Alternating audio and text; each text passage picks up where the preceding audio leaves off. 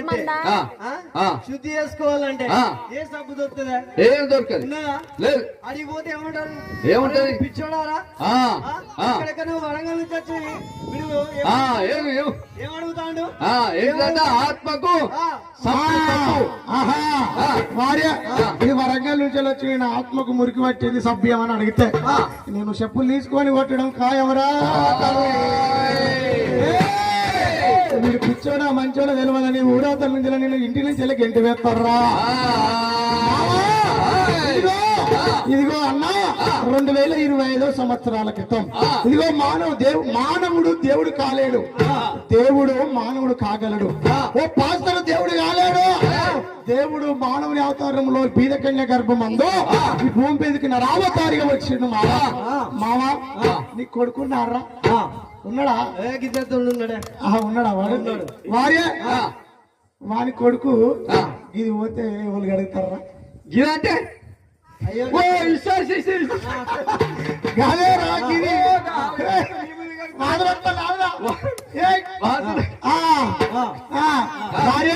వాని కొడుకు బాత్రూమ్ పోయింది అనుకో, ఎవడు కడగాలి? ఆయన కడుకోవాలి. ఎందుకు కడుగుతున్నాయి? వాడన్న కడగాలి, వాళ్ళు పిల్లలు. కాబట్టి మామా ఇదిగో నీ కొడుకున్నాడు అనుకో, తాగుబోతు కొడుకున్నాడు, నువ్వు మంచి సాయంత్రం తాగిండు, తాగే ఇక ఊరవతల ఆన్తోటి వీనితోటి గొడవలు పెట్టుకుంటే ఇక తెల్లారి 10 మందిలకు పిలిచి చెట్టు కట్టేసే ఏందయ్యా వీడేమో బాగా ఉర్రుతలు అవుతుండే ఇష్టం వచ్చినట్టు చెప్తాండే. కాబట్టి వీనికి ఏదన్నా తగిన శిక్ష వీధికి విధించాలి అని ఊరి పెద్ద మనుషులు చెప్పిరు అనుకో, నువ్వు పోతావురా? నువ్వు పోతావా? అని కొడుకుని కట్టేసి కొడుతుంది. ఎందుకు పోతున్నా?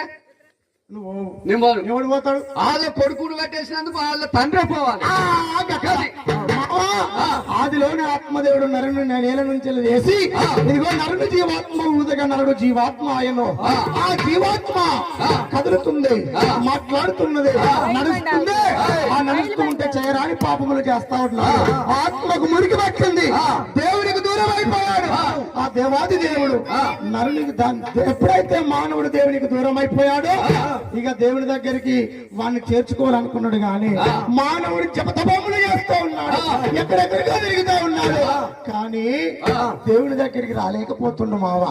అయితే 2025 సంవత్సరాల క్రితం ఈ మైక్ తరంగం ద్వారా ఇదిగో ఈ బాక్సుల ద్వారా వింటున్నటువంటి సహోదరులారా, ఇదిగో నీ కొరకు నా కొరకు నరావతారిగా ఆ ప్రభు అయినటువంటి యేసుక్రీస్తు భూమి మీదకి దిగి వచ్చిండు. మామా అక్కలారా మీరు ఇయ్యాలో